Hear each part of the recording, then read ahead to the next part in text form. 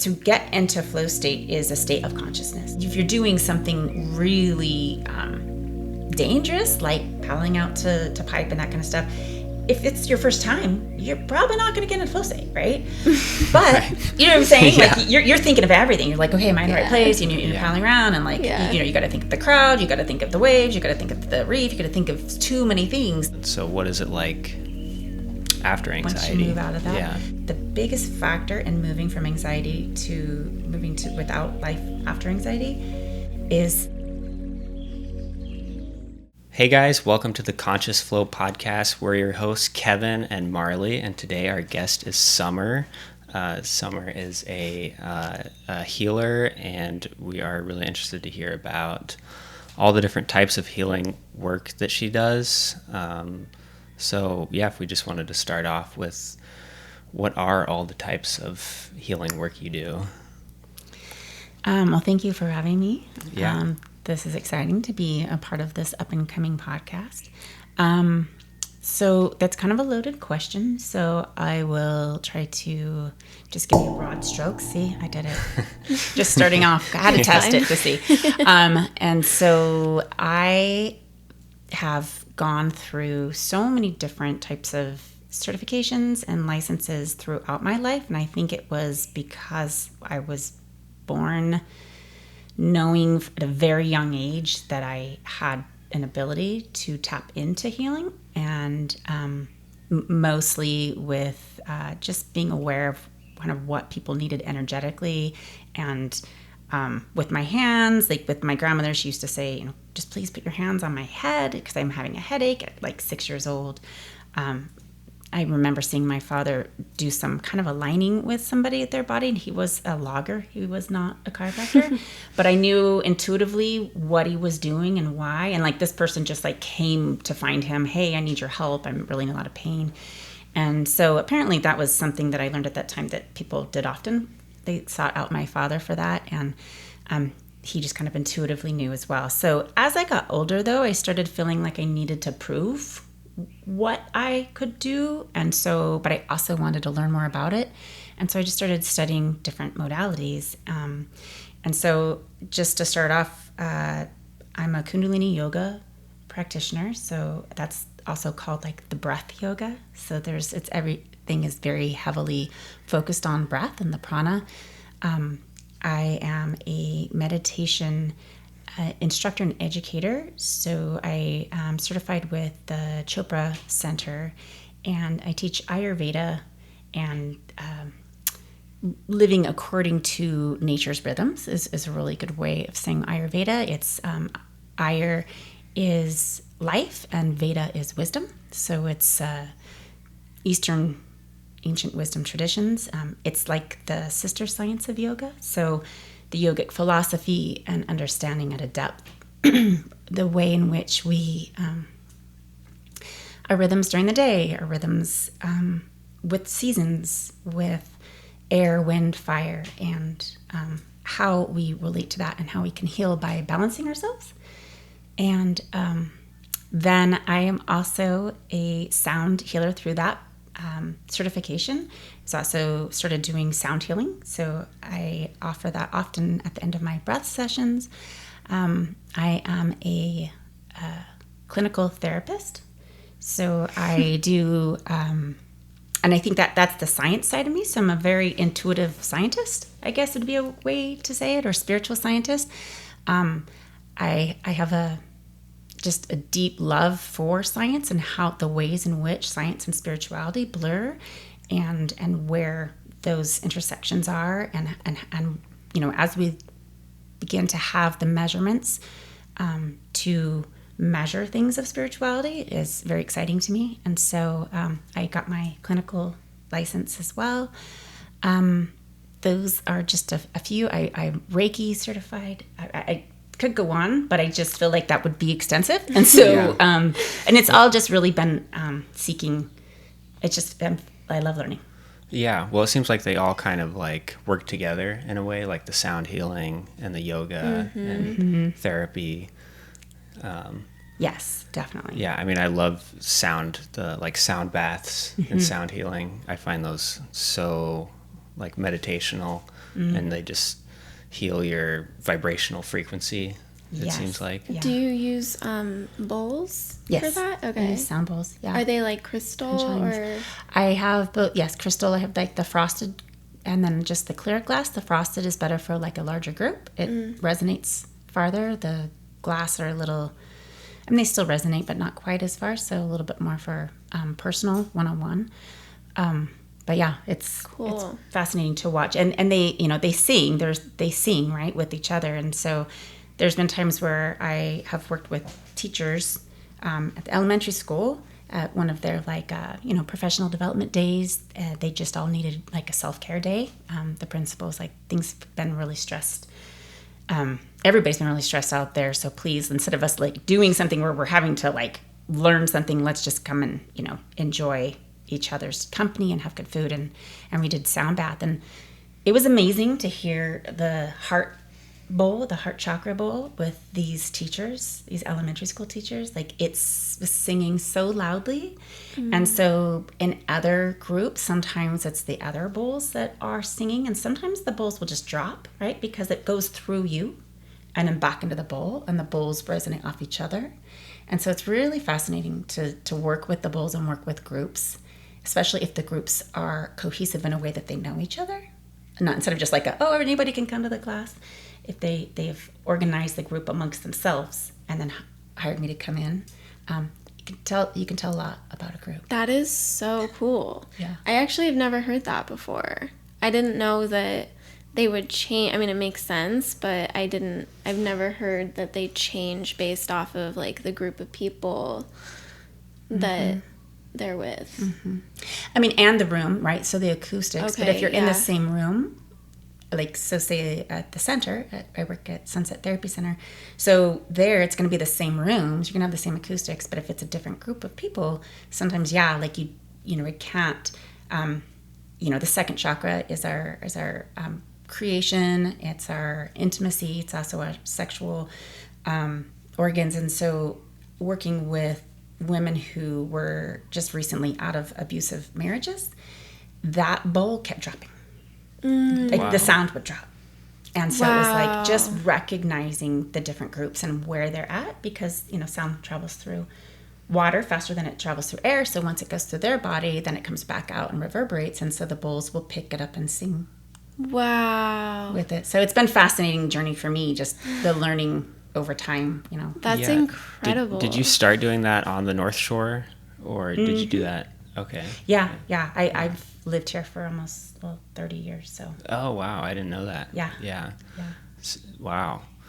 Yeah. And then you also do like talk therapy. Is that right? Yes, I do psychotherapy, and so I really bring in a lot of the somatic component to it. So I work with teenagers and young adults mostly, and it's relational therapy. So I work with the individual on their relationship to self and then relationships to others. And so it always is coming into that awareness of self and the way in which we love ourselves and treat ourselves. And so a lot of times there's blockages to that, to being comfortable with self, to loving self. And so we work with a lot of breath work and movement to get a little bit deeper into just talking. So the sessions are talking, and then usually give them a lot of assignments Right. or homework. So what's like the main difference between therapy and psychotherapy? Okay, well, psychotherapy is just like it's a branch of just like it's like talk therapy. Okay. So if you want psychotherapy is talk therapy. Yeah. Yeah. And then you work with mainly like teenage boys with that? I do. So with girls and boys within the therapeutic sense, I also work with elite athletes, and this is kind of where my passion lies. Is it's all helping whether it's the teachers, whether it's the women who just got out of the abusive relationships, whether it's the teenagers or it's the athletes, right? Where is it that we're trying to get to, that place of stillness and being, that place of oneness? And so to be able to help elite athletes get to this place, so it's also called flow state, And so it's not luck. It's something you can train. So I really enjoy that because I a lot of times see them on the other side in, talk therapy where the anxiety's gotten a hold of them, where their inner critic has gotten a hold of them, where they feel like they want to give up or they want to quit, or the outside pressure is just so much, with NIL deals and sponsorships and YouTube and all of the things now that are available to young athletes, especially like out of high school. I don't know if you guys are aware of this, but like there are like 1,000,000, I think 800,000 was an offer for a high school football player to go play in college. Oh, wow. That's crazy. It was like million. I think there's a couple, 2 or 3 out there that have like over $1 million deals to go play college football. I didn't know that. I didn't know there was that much money. I didn't even realize that they paid. Maybe they didn't used to. Okay. It just, this is more of a new thing. I think 2021 they changed that. Oh, okay. That would have been after my time. In Are you college. working with students in Hawaii that are playing football, or is no, not football necessarily here. So I Okay. do work with one young man. He plays football on the mainland in college. Currently working with an elite volleyball team preparing to go to nationals. I worked with them last year. Okay. And they all saw significant improvement in the way that they were able to reset, quiet their mind, use their breath as like a remote control to get themselves back into that state of flow state, because it's, we can live in flow. Right. Mm-hmm. Yeah, and I suppose if you feel like you're not getting into flow state, then you might feel like, well, this must not be meant for me. Yeah, I think so. Totally. I think until now it's almost kind of been like, well, it's only like the gifted or like it's kind of luck or. Yeah. It I used to race go-karts, and I told you I taught people how to drive race cars. But when I was go-kart racing, it was like certain days I would experience flow state, and then other days I wouldn't. And so I feel like I never really figured it out then, but there were some days where I would just, kind of get ahead of the pack of go-karts, and then I would just kind of take off into my own, I was like on another level, and then other days I would just be struggling back, middle of the pack. Yeah. That's a fascinating way to put that, where you're just like, all of a sudden you're kind of like, whew, you almost feel it, you lock in. Yeah. Totally. And then I was trying to figure it out. I was like, was it, okay, what did I eat that morning? I don't know, did I meditate or, but I think it can be really confusing, I think most people it kind of feels like it eludes them. They're not really sure how to tap into that. Mm-hmm. But it's a fascinating thing, because really, when, it's to get into flow state is a state of consciousness. Okay, so if we're as a meditation teacher, I'm a transcendental meditation educator. So I teach people how to know what their nervous system is doing and the ways in which it affects their state of consciousness, whether that's sleep, which changes our state of consciousness, sleep in dream or in deep sleep, changes in our active life, and it changes when we're in a transcendental meditative state or we're in flow state. And so it's that same state, the flow state and that transcendental state, that you can access, and it's, our brain frequencies, going back to like frequency and sound, will shift from higher states to a lower, like a gamma state, right? So theta is like a meditative state where I'm like, my eyes are closed and I'm very, very relaxed, right next to going into the deepest sleep. But just above that is a state where you are still really in that transcendental state, but you can be active and alert. Wow. So it's an alert awareness as opposed to like of a restful awareness. Right. Does that make sense? Do you ever work with any pro surfers at all? Not like more just friends around here. Yeah. Yeah. I haven't had any clients yet. They were like officially clients. But I take that back. Yes, one.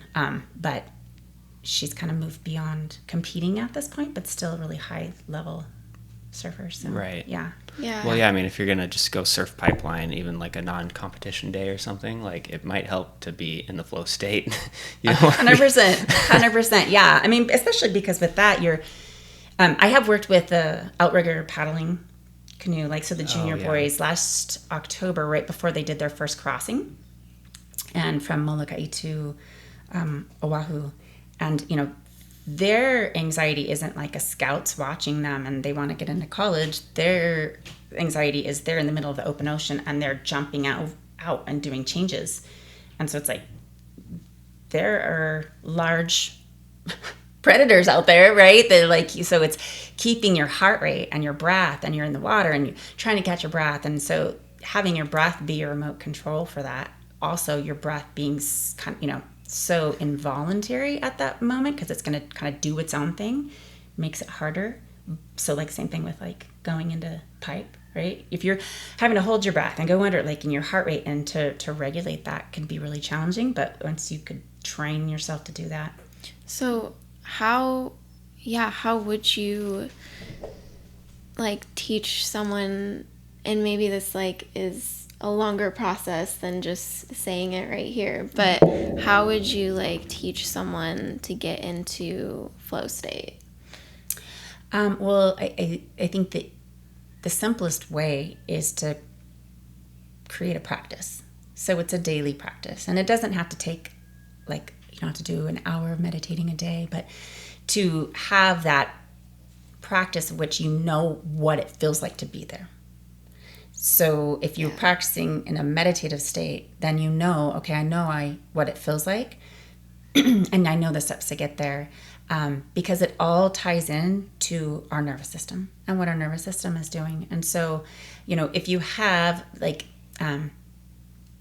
the kind of the definition of I can't say his name right now. It starts with a C. It's a very long name, and someone has probably watched this going. It's like, is it a Hawaiian name? No, it's a scientist. I just totally destroyed his name. But so he's the one that studies flow, and he said so high skill, okay, and high challenge. So if you're an artist performing high skill, you're racing go-karts, right? You have the high skill, you have a high challenge. Right when you meet, you can meet in this flow state. But if your challenge, say you get hit by tons of, like a set comes in and just rocks your world, right? Now your challenge just got higher, so you're out of the flow state. So your nervous system goes into like that fight, flight, or freeze state. Mm-hmm. So then that could be it. You could be done. You've gotten yourself out. You can just be thinking too much analytical and get yourself to where you're like, okay, I have this thought, and my body immediately reacts to it.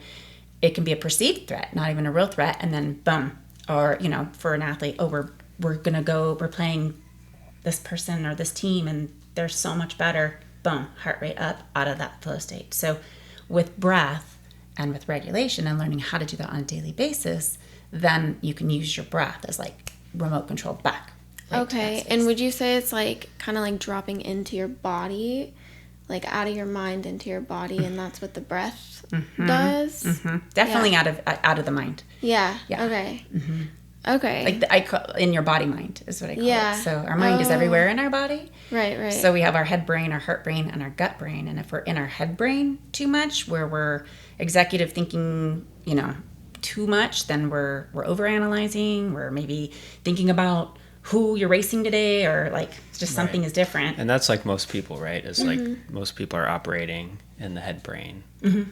Yeah, and they don't turn it off ever. Yeah. So that daily practice is that practice of going, okay, I've been teaching meditation for so many years, and I can't tell you how many people have said, oh, but I can't stop, can't stop my thoughts. I can't.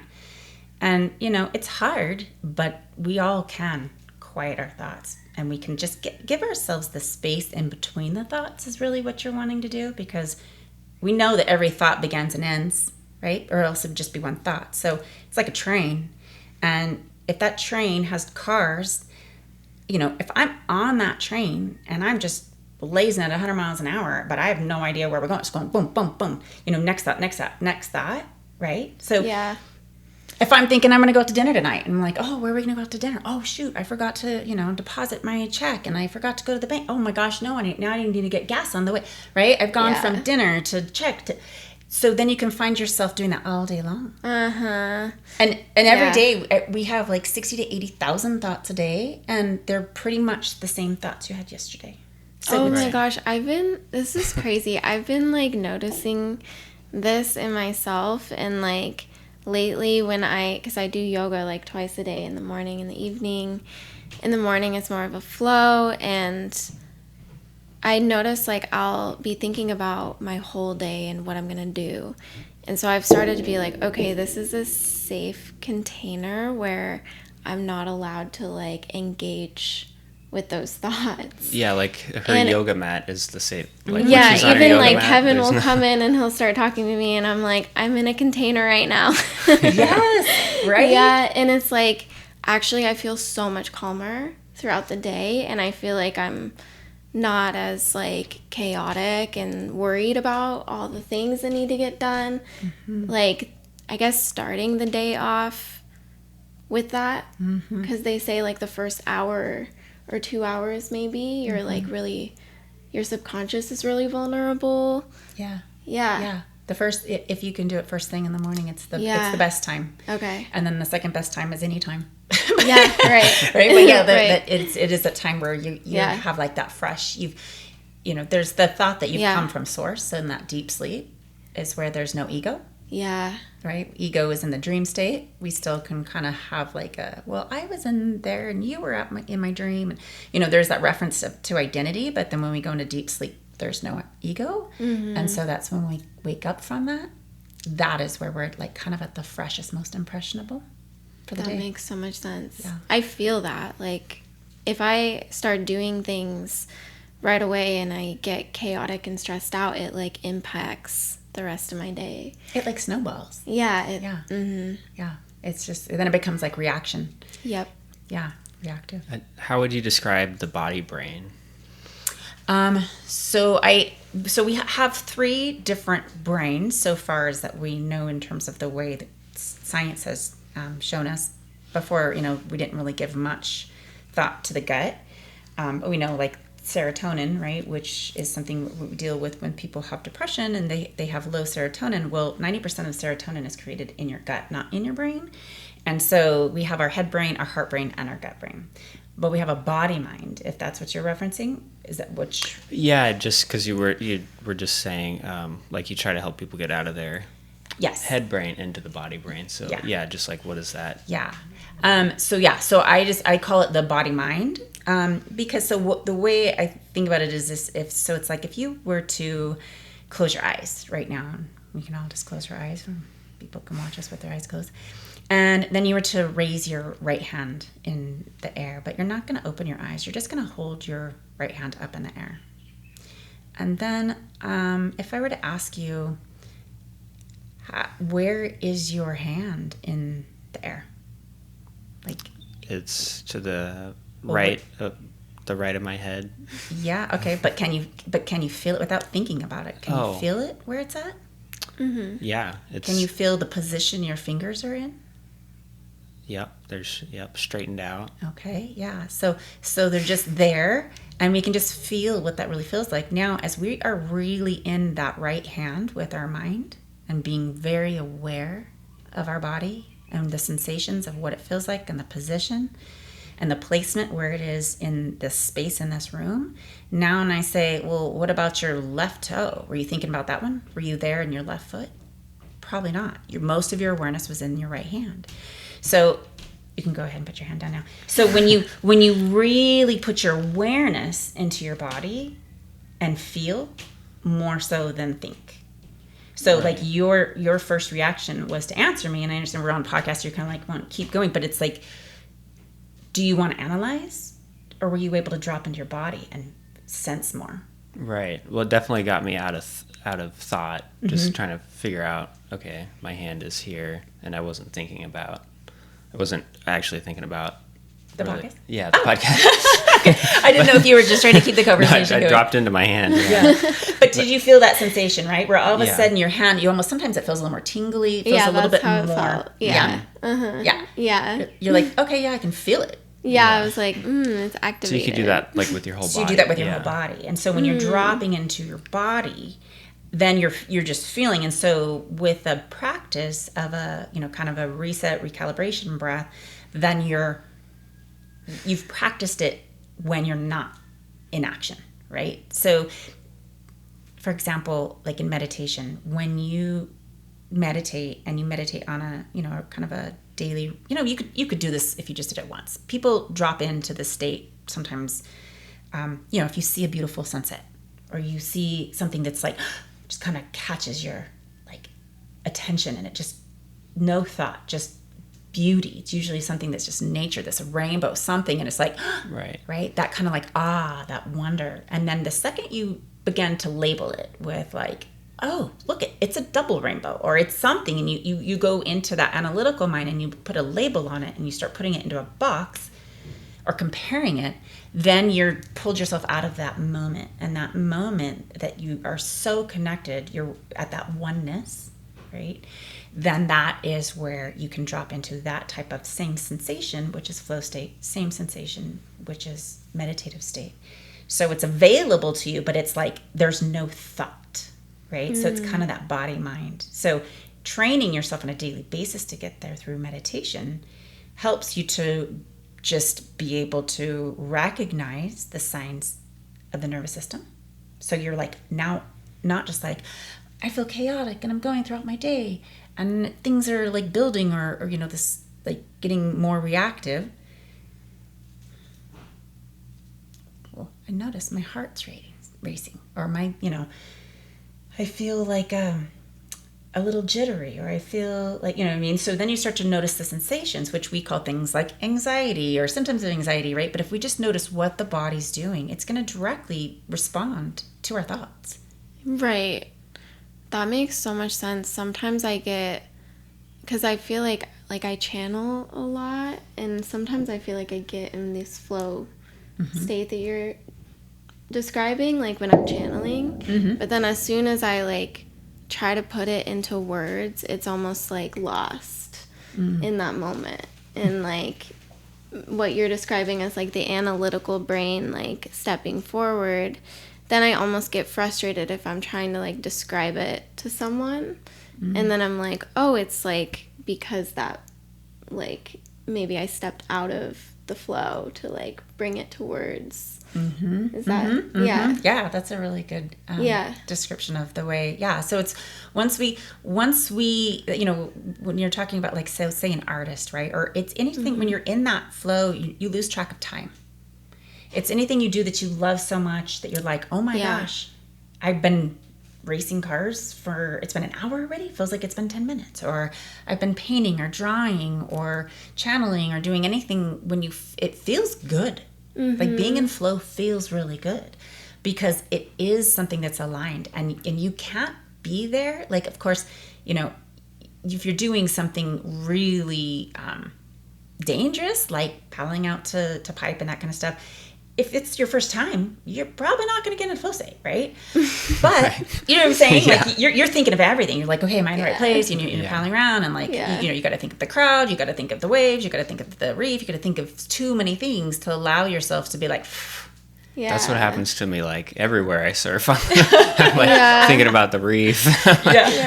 Exactly. Especially when you're just starting out. So it's like dropping into that place where you're like, okay, I don't need to have my thoughts. So it's muscle memory is a lot of, so when you have reps of a lot of things, or you're just like, oh yeah, I've painted, with oil paints my whole life. So I don't have to think about like mixing, you know what I mean? It's just like, boom, it's just, that's all second nature. And you just start allowing it to flow through. It feels good because our nervous system we're in a coherent state. So our heart and our brain are acting coherently. I almost feel like I get into flow state when we're doing this podcast kind of thing.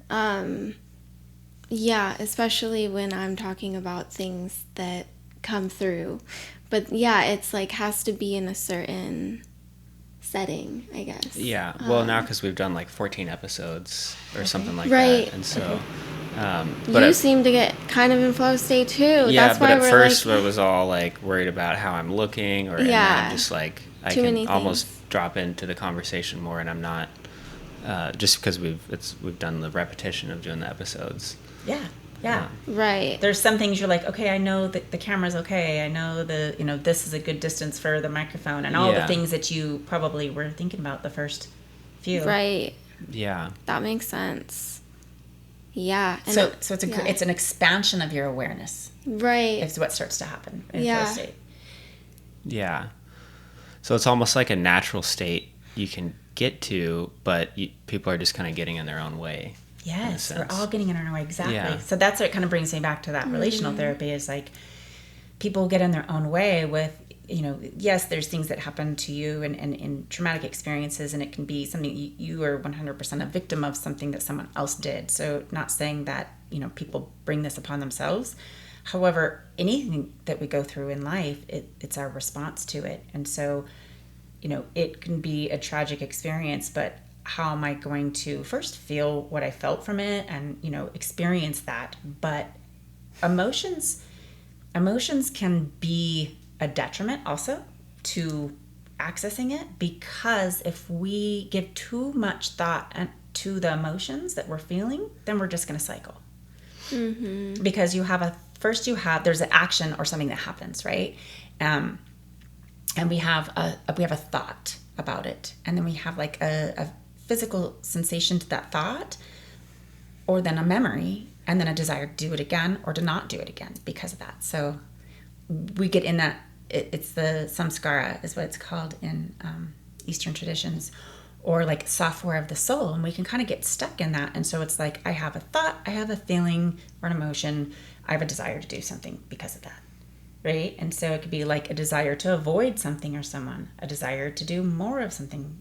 Does that make sense? Like, kind of, I'm being very vague in it. I can give you an example, but it becomes a cycle. And so if I have an experience with somebody and it was really traumatic, then I need to feel that experience and the emotions of it for sure, but then I need to move through it. And they always say the issues are in the tissues, right? So there's a great book called The Body Keeps the Score. You're like the third person that's brought up this book in like the last month. Oh, really? I have to order it. Yeah, it's not an easy read. It's pretty heavy. Okay. I mean, it talks a lot about trauma. He's a psychiatrist. Mm-hmm. He was a psychiatrist that first started studying basically when they called it shell shock, first PTSD, in the 60s, 50s, 60s, 70s. And so just it's a fascinating journey of trauma and studying trauma, and how when he recognized that through yoga and the bottom up, right, instead of the top down, so just talk therapy, if we're going bottom up, then we can transmute those experiences and move through them because they're stored in our body. Mm-hmm. And so so it's like we get in our own way based on what do I keep thinking about? What do I believe now because of my experiences? Or I can't do this, or I don't deserve this, or all of those things. So that's how we can get in our own way, by not just moving through. Stop living in the past, stop living in the future, live in the moment. Right. And do you think that like when people get in certain thought patterns, that no matter if it's a good thought or a bad thought, that it gives your body like a dopamine hit when you have a certain thought, and then like if it's an anxious thought, it's almost like this dopamine hit or something? Yeah, it absolutely can. Depending on the thought, I think, and it doesn't have to be, like you said, a good thought or a bad thought. So we have the neurotransmitters that are going to release chemicals based on where are we living in our brain. And the more we have a thought, like I was saying before, you have 60 to 80,000 thoughts a day, right? And like 80% of them are the same ones you had yesterday, right? So I'm like, wake up, brush my teeth, do all the same things, and I don't really think about it. But so if you have a thought pattern that say it is negative or detrimental, it's going to create kind of like if you're driving a car down a muddy road, right? And then it dries, and then there's just these tracks, and it's like you're just going to keep falling in. So as the synapses spark in our brain from on our neurons, then it's like it's going to be easier to just go down the same path. It creates little divots. And so that's physical, in the brain. And so that's why it's so hard. And they're impulses. It's electrical impulses. So thoughts are like little energy packets. And so, if it's something that like somehow we get some sort of, to give you like a contrast to that. So like say a dopamine hit could be something where it's like, oh, if I pick up my phone and I have a response, like social media is a big one for that, right? Like, boom, I have something that's going to be there for me, like some sort of notification. Well, I mean, you look at how many times you pick up your phone during the day, right? A lot of times people, that is a dopamine hit. But also getting angry, finding what's negative, right? We have a negative bias for survival, but there is a, when that's out of balance and you're really always looking for something negative, something to get angry about. We all know those people who like to poke or provoke in just their regular conversation. They're getting adrenaline. Yeah. Yeah, totally. So we find ways to move through and to change the chemistry of our body without even recognizing that that's what we're doing. Yeah. Does that answer your question? Yeah, it does. Yeah. Did you have it's just funny. We talked about that in an episode that just me and Kevin did, and just about the living, I think it was called How to Live a Drama-Free Life. And it was all about how people can get addicted to those rushes and the drama.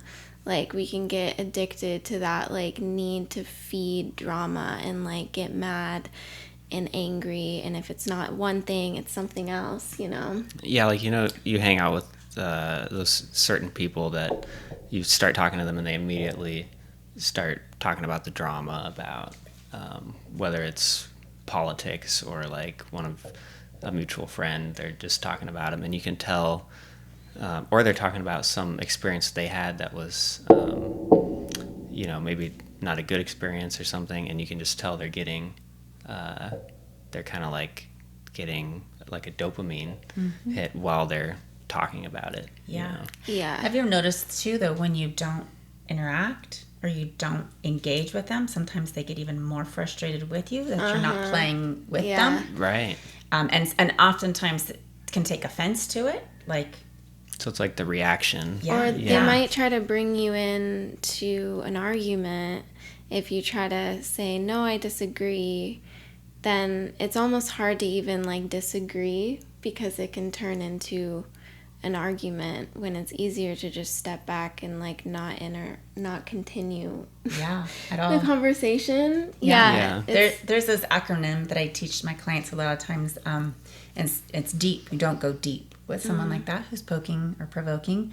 I feel like there's a reason why we're bringing this up and talking about this. So maybe someone who's watching this needs to hear this. So so if someone pokes or provokes, right? Just that's that resistance. It's that little friction. It's that little dig, even if it's not at you, but if it's something, right? You don't deny or defend yourself or your place or your position or, your opinion. Don't deny or defend. You don't engage. You don't explain, and you don't personalize. Yeah, Wow. I feel like that's really true with politics, especially. Yeah. You just let them have their opinion, and you just observe. And so, that's stepping into the witness and being this isn't about me. Yeah. This is their thing. And even if they try to make it about you, it's they're just wanting the fix or wanting some sort of validation. And a lot of times that's the addiction to to feeding off of that kind of interaction. A lot of times it's it's the people tend to create chaos to control the chaos.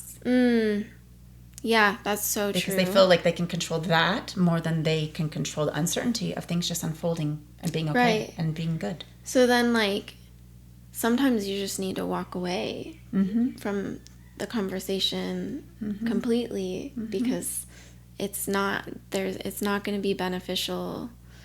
Well, honestly, I think of it I see it as energy, and I see it as this person is feeding off of your energy.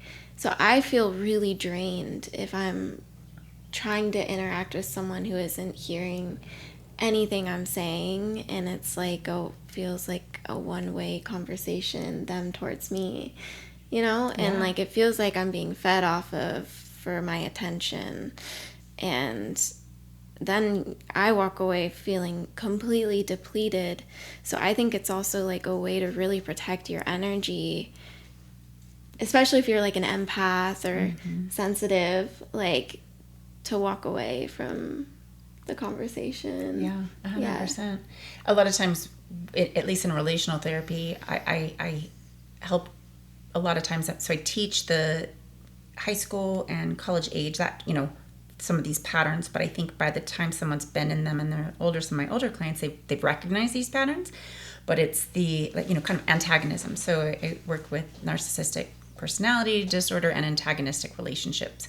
And so when you pull out of that, a lot of times the people who are the antagonists, they seek out this empath because of that energy exchange. And I don't want it to give labels, but it is a very good descriptor of an energy vampire. That's what they're called in that way, because you do end up feeling depleted, and they're using that to like feed off of in a way that, like we were saying, like gets adrenaline or kind of feeds off, instead of learning how to regulate their own nervous system. They dump to have to co-regulate, right? Because we all co-regulate. We're co-regulating right here. So we walk into a room, we smell cortisol. I don't know if you know that. So like if someone has high cortisol, if you're in a relationship with someone, or you like have family members or friends or a coworker or something, and they're high cortisol, that's when we walk in and you're like, okay, I can sense someone's at a high peak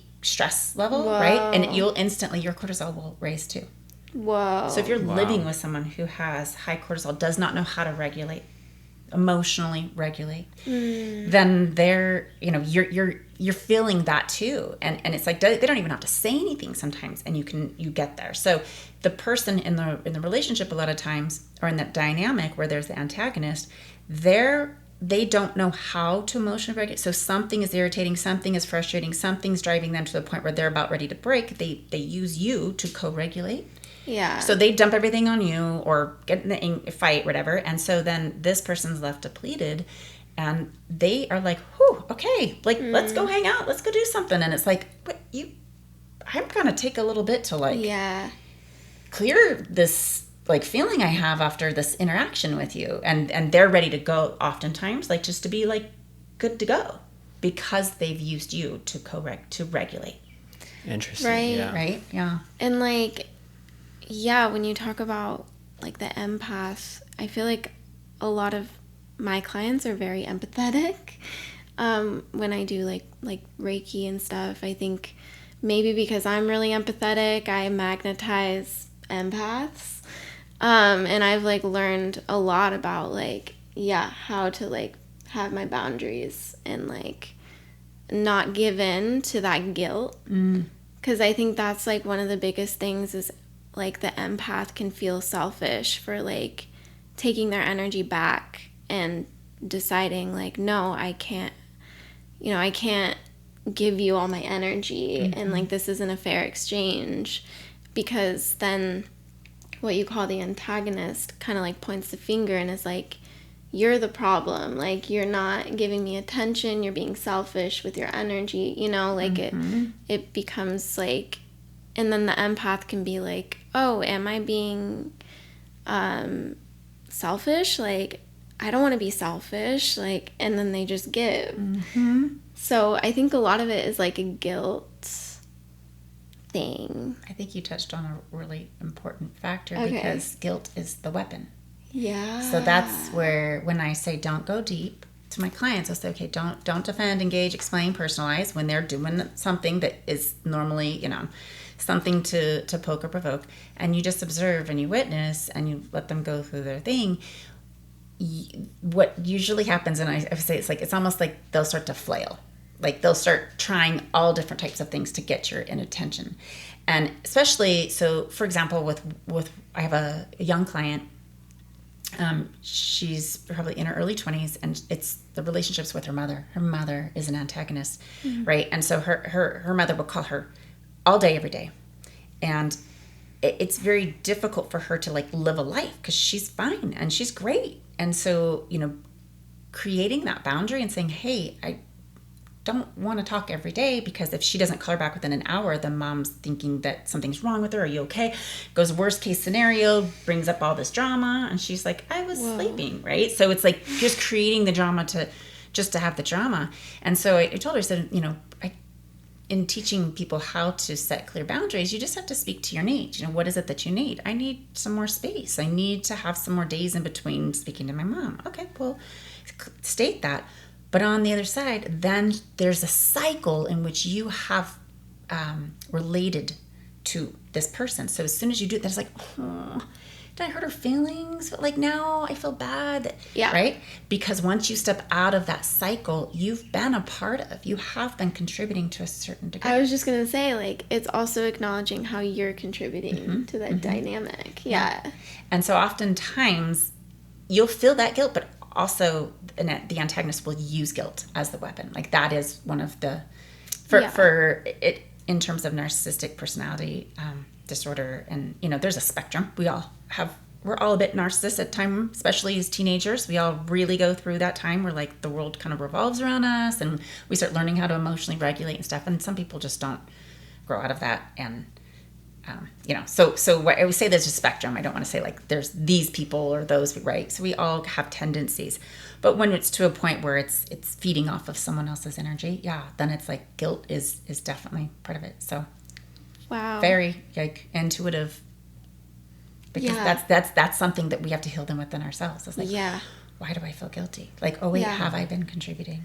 Right. Yeah. So like you've worked with a lot of people with anxiety, and then you've watched them, or you've helped them like kind of live an anxiety-free life after that. And so like, can you describe like what is that like? What is the life after anxiety like, and what is that mindset? Because we've talked so much about all these different like, people using guilt and all this, these negative thought patterns. And then, so what is it like after anxiety? Once you move out of that? Yeah.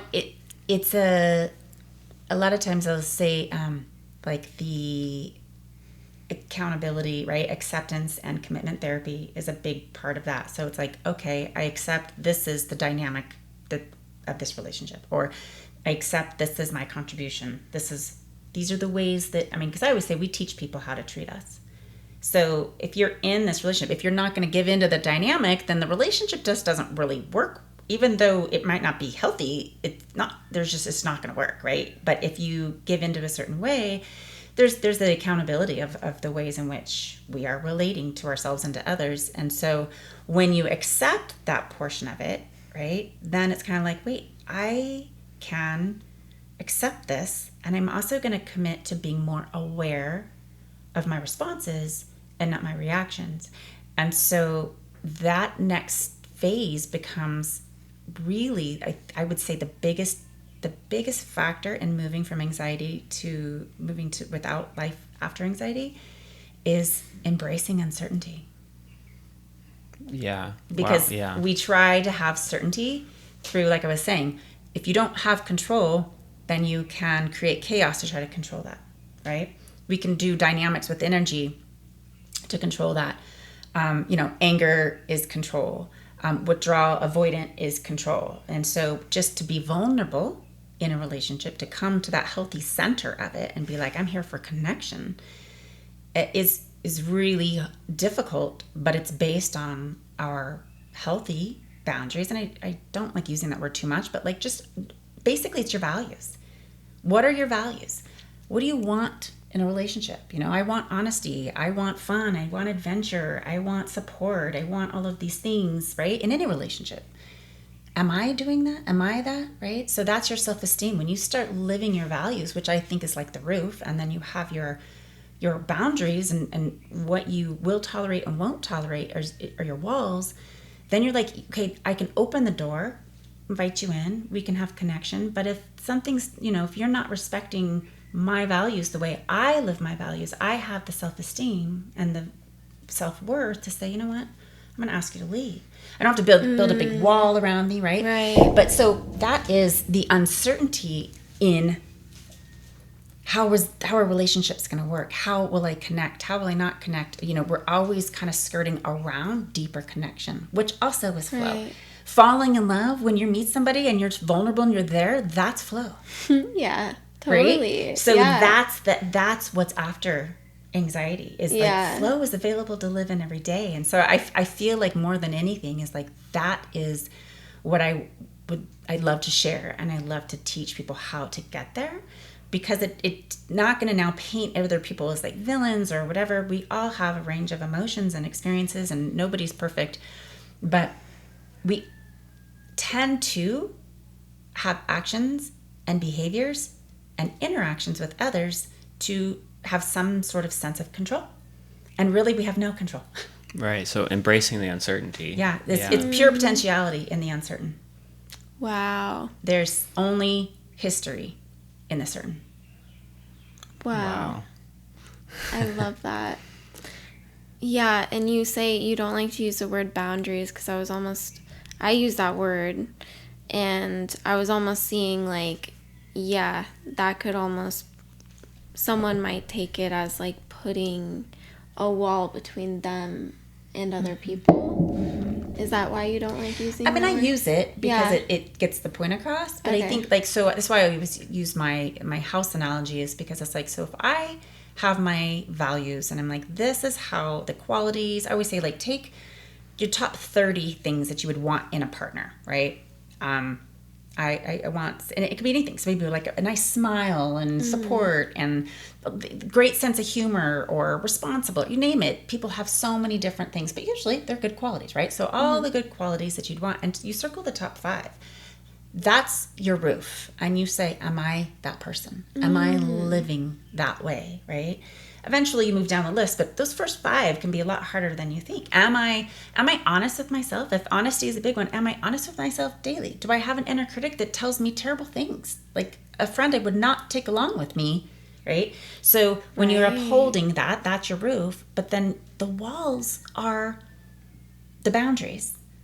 But Right. like, if we think of this house, like, do we think of the walls as a boundary, or it's more of like a structure Yeah. that upholds, or a framework? Or like a that container. yeah. And so so it's a little more. It's not so like, boundary just sounds to me like this big wall, and it's like, thou shalt not pass, like Yeah. Gandalf, you know what I mean? Right? Which are sometimes important. Yeah. Sometimes you need to have that like imagery of like, to somebody, like, but Well, with certain people, maybe, but not in general. yeah. Which is why I like that, because then it's like, so if I have a wall, a lot of people do. So I work with people who've been really hurt and they're coming Yeah. from that. And so it's like, I just have built up like wall around my heart, and Yeah. you know what I mean? So to be able to be open and have connection with somebody, even if it's a stranger, to really truly connect and look in someone's eyes and say hi and have conversation with someone on the bike path that you're, I don't know, just that open vulnerability, that's the door. So it opens and it closes, but it's not like it can be locked if you need it to be, but it's open. And so so that's what I mean by the boundary. I mean, it's the word, I use it, but I don't like to emphasize it, I guess. Yeah, that makes so much sense. I get that because I feel like it can mean a lot of different things. Yeah. So, Because they're upholding yeah, your values yeah, and the way you want to be treated. So when you're treating yourself that way, these qualities, then you're not going to tolerate someone else not treating you that way. yeah, Because your self-esteem and your self-worth is that you're like, I love myself. And you know what? No, I'm not going to tolerate this kind of behavior. And so Right. you can move through that. But when you can respond in that way, then the person who maybe is the antagonist can be like, I guess that was a little rough. I didn't mean to come across that way, right? So Yeah. so you're stepping into that more that kind of flow state, where like that after anxiety state that you're asking, where you're like, you know what? I don't know what's going to happen with this interaction, but I'm going to be present. I'm not going to call up all the things you did last week. I'm not going to anticipate and say, you always, so therefore you're going to, right? Just be present. And in that presence is that inviting, that is the power of the pure potentiality. Pure potentiality is only in this moment, in this existence, it's in every, it's in subatomic particles, it's in space, we can go into in terms of quantum fields or the Akashic records or any of that. So it's like, it's the blueprint. yeah. Yeah, wow. Whoa. Okay. Oh, I was just... We both have questions. Yeah. I was just going to say, if you have any thoughts on, like, do you feel like Hawaii is a particularly healing place over other places, or... Mm-hmm. Very much so. For those who can calibrate Yeah, because we've been living here for a year now, and I feel like, I don't know if it's the same for you, but I think together we have experienced this. But I've experienced like a lot of healing, and I feel like I've become a really like improved version of myself in such a short amount of time. Yeah. Were Definitely. you consciously going into that, like moving here to do that, or did it feel like it's just kind of happening by being here? I was, but I don't know about Kevin. I feel like it just sort of happened by being here. Can you give me an example? Well,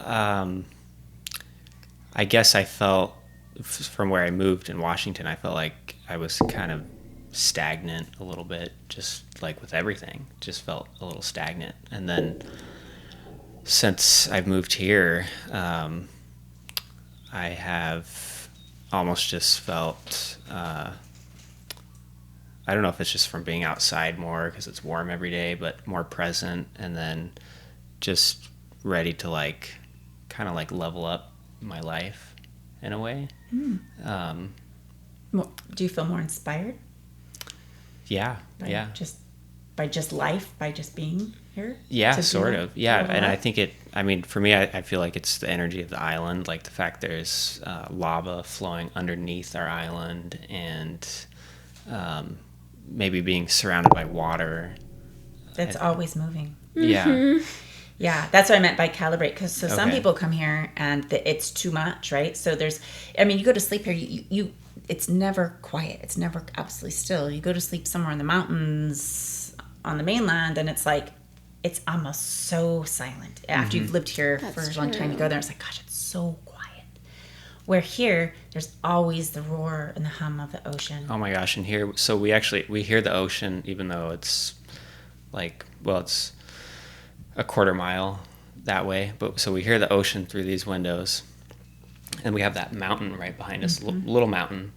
And so we'll hear a big wave crash over there, and then a couple seconds later, we'll hear the echo coming off the mountain. It's like, Wow. Yeah. it's really crazy. Yeah. So it's like the sound bowls, right? So to kind of bring it all back together, it's like, so if what I was playing, for example, when the sound bowl, the second chakra just would drop, right? It could not hold that resonant tone. We are all instruments and part of the universe, the one song. And so each one of us can tune our instrument. And so being here in a place like this is like being in a place where there's a sound bowl. So you're hearing this here and it's hearing there. And so it's like, are you able to calibrate here? Because I've watched people, they move here, and I always say the island will spit you out or it will suck you in. People come and they're like, gone, can't do it. Well, we got spat out on Kauai. Oh, did you? We got spat out. We lived there for 4 months, and it was not working for us. I was like physically so ill because we didn't have a home. We couldn't find a home. We were like, people were opening their homes to us. So I felt like I was talking to Mama Kauai every day, and I was like, please help us find our long-term home. And I felt that she was taking care of us because we at least were given places to stay that were not super comfortable, but they were comfortable enough that we were, surviving. But I was in like survival mode. Like my body was struggling. And then I think things just got hard enough there that we were like, we'd been looking for a place for like 4.5 months. We couldn't find one, and we had like enough money. Kevin's job had like a lot of money coming in, and just the housing was so challenging. And then I don't know, I had this like solar plexus pulled at Oahu. I'd never been here before. Kevin had. I'd been here on vacation for a couple weeks, but she'd never been here. And then I looked up my astrocartography, and I had Neptune going straight through it. Neptune descending line or something. Don't know what that means, but I was like, that's interesting. It's going straight through the island, and I just felt this like, I have to go to Oahu. Since we like immediately we come here, like we've like had no problem finding a place to be. I mean, we found this after like a month being here, and this is like the most beautiful space we've viewed. and it's felt like everything is just stabilized and like the opposite. So I know what you mean when you're saying like the island will either spit you out or like suck you in. And I didn't feel like it was Kauai like rejecting us, even though that's how it did feel like that. But it also felt like, no, you're gonna be in a better spot on Oahu. And never would have come here. I thought this was a city island. Like, I didn't know there was like well this. Even like we get to the North Shore, and you know, I think we're kind of like, well, this is pretty cool, you know. It's like, it's, you know, pretty cool. And then not like the greatest thing ever, but then it seems like what's happened is month after month living here, it's like we're like, oh, this is really cool. We're finding all the little nooks and crannies here, and like it's just becoming like, it's like the island is revealing more and more, and we're like, whoa, this is amazing. And now we're like, this is the best place in the world. It feels like Mama Oahu is like opening herself to us like a flower, and it feels so like, literally, like each day I'm like, oh my gosh, I can't believe we're here right now. And I think it was kind of the opposite on Kauai. We came there with like really high expectations, and we were like, this is going to be like our dream life. We're probably going to live here for the rest of our lives. I don't know. And then it was just like downward from there, and we're like, oh, this isn't as idyllic as I thought. Right, yeah. I feel like so the islands, I mean, it's the energy, obviously, the mana here is intense, but it's like, whatever it is that you're going through, it's going to speed up the process is pretty much. So that's why I feel like some people are like, it's not so much that the island's like, the island will spit you out, but it's because if you just think about like, so if you think about like something that's going like, you know, I don't know, a wheel or something, right? And you take a little pebble and it'll just right off because it's just not going the same speed. It's not the same velocity, right? So it's doing its thing. And if you come into it and you're not calibrating with it, it's not like it's doing something specifically to you, but it's definitely that energy. But I think it's fascinating that you allowed your mind body to pull you here. You didn't think about it with your executive thinking brain. I mean, you do at some point where you're like, okay, we got to buy the plane ticket and get there, right? We got to like the logistics, which is what our executive cortex is for. It's to do those kind of planning things, but to really understand intuitively where we could go. I think the island, I have a dear friend who has lived here since the 70s, and she says, I just, you know, ask God or the universe or whatever is your, you know, higher self, bless it or block it, bless it or block it. And it that happens so quickly here. Yeah. You'll either have it'll be blessed or it'll be blocked. And you just, if you're paying attention. So if your intentions are to kind of heal and be more whole and like, okay, right? You're open to that uncertainty. Yeah. And things like that we're manifesting just are happening really quickly. Really fast. Yeah. Well, it's fascinating. So Neptune, she was deeply intuitive, deeply spiritual. Okay. And Neptune is just made a pretty significant shift and change with Saturn. When did you move here? September. Okay, September. So they kind of came to a close conjunction that's like lined up last year, but they just made their final like 0 degrees starting the beginning of the zodiac, the tropic zodiac at 0 degrees of Aries, which you think like springtime, right? Fire. It doesn't ask for permission. Spring just comes. And so that's the beginning of a whole new astrological cycle, which does not happen. I mean, I think this one, I don't want to quote, but it hundreds of years, if not thousands of years, where Neptune and Saturn have lined up because they take a long time to go all the way around, and they just came to 0 degrees of Aries. And so Neptune is making a new kind of transition too in terms of like a generational, spiritual like awakening. Yeah. And in following your intuition and really doing a deep dive. So that's pretty cool that's what brought you here. Oh my gosh. That's crazy. I was just getting like goosebumps when you were saying that. Yeah. Yeah, like I feel like we're exactly where we're meant to be. And like Kevin and I talk about, like we wouldn't have come straight to Oahu. We both had an emotional tie to Kauai. I went there growing up, like my whole upbringing, that was like our vacation spot. So when I was little, I was like, I'm going to live here one day. And Kevin also had like just a love for that island. Yeah. So we were like, we would never have chosen to come directly here. So it's just all orchestrated. Like, we had to go to Kauai first, and it was the same thing. I felt the pull to Kauai, and then I was like, why is this not working? And then it was like pull to here. But awesome. yeah, I really do, like, it almost like feels overcoming where I'm like, I have to move to this place. And then it always feels very aligned when I move there, and I don't let my logical mind take over. And it's fascinating. Yeah. So that's stepping into flow. Like, following your intuition is flow. That's why when an athlete plays in flow, to kind of pull this back around, is like, there is a greater, like, there's another sense, right? So we can sense with our eyes, our ears, everything in terms of the experience is all going to come through our senses, but we have that intuitive sense. And so we can almost be more aligned with the speed of the ball, or the speed of, whatever it is, the car, whatever you're doing, you're in that velocity there, and it's unfolding. And so it's like that intuitively, it's a knowing versus a thinking state for flow state. And so when that's what I'm saying, like, you live in that state. It's beautiful. It feels so good, because you're like, I don't really know exactly why, but I'm gonna trust. I think you would be really good at race car driving. Yes, that's when you said that. Okay. I was a race car driver in my past life. I think I told you that when we first met, and I really am like, I've been contemplating that. I think I'm going to do the license. Yeah, definitely. And then, do you have anything that you want to shout out on the podcast? Any like personal, or like what? Any like I don't know if you have a book or I have an app.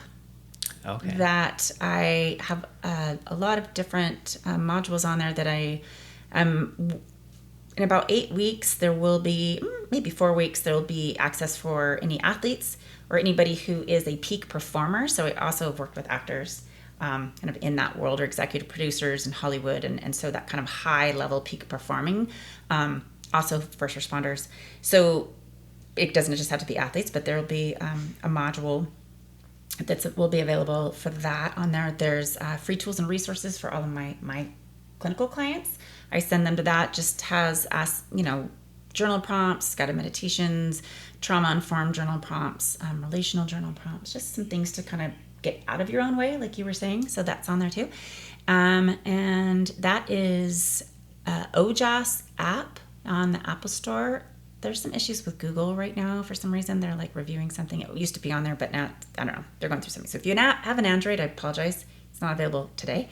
But the app store on the Apple Store, if you just go OJAS, and then you have to put in the APP, OJAS app.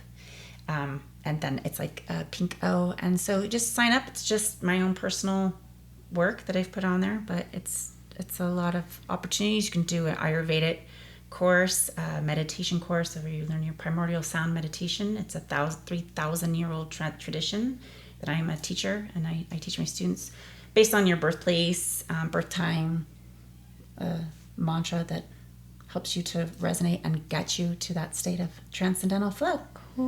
Cool. All right. Well, can we link that down below? Yeah, okay. I can send you the link. Cool. Yeah. Okay. You can access it on the website too, but so there'll be I'll give you the web address and then the app link too. Okay, cool. Yeah, we'll have that linked below. Awesome. Yeah. And then I think we'll wrap it up. And thank you so much for coming on the podcast, Summer. Yeah, thank you. This is fun. Yeah. This was awesome. Such a good conversation. All right. Peace. So much fun.